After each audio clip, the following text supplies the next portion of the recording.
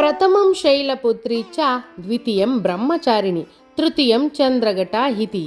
ನವರಾತ್ರಿಯ 3ನೇ ದಿನ ಬಹಳ ಶಾಂತಿದಾಯಕ ಹಾಗೂ ಶ್ರೇಯಸ್ಕರ ದುರ್ಗೆಯ ಸ್ವರೂಪಿಯಾದ ಚಂದ್ರಘಟ ದೇವಿಯನ್ನು ಆರಾಧಿಸಲಾಗುತ್ತದೆ. ದುರ್ಗೆಯು ಅಸುರನನ್ನು ಕೊಲ್ಲಲು ಘಂಟಾನಾದವನ್ನು ಮಾಡುತ್ತಾಳೆ ಹಾಗೂ ಅರ್ಧಚಂದ್ರಾಕಾರದ ಗಂಟೆಯನ್ನು ತನ್ನ ಮಸ್ತಕದಲ್ಲಿ ಧರಿಸಿರುವುದರಿಂದ ದುರ್ಗೆಗೆ ಚಂದ್ರಘಟ ಎಂದು ಹೆಸರು. ಸಿಂಹವನ್ನು ತನ್ನ ವಾಹನವಾಗಿಸಿಕೊಂಡು ತನ್ನ 10 ಕೈಗಳಲ್ಲಿ ಯುದ್ಧಕ್ಕೆ ಬೇಕಾಗಿರುವ ಶಸ್ತ್ರಾಸ್ತ್ರಗಳನ್ನು ಹಿಡಿದಿರುತ್ತಾಳೆ. ದೇವಿಯನ್ನು ಚಂದ್ರಿಕಾ ರಣಚಂಡಿ ಎಂತಲೂ ಕರೆಯುತ್ತಾರೆ.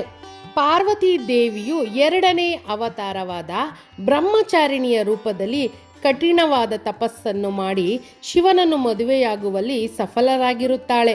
ವಿವಾಹದ ಸಂದರ್ಭದಲ್ಲಿ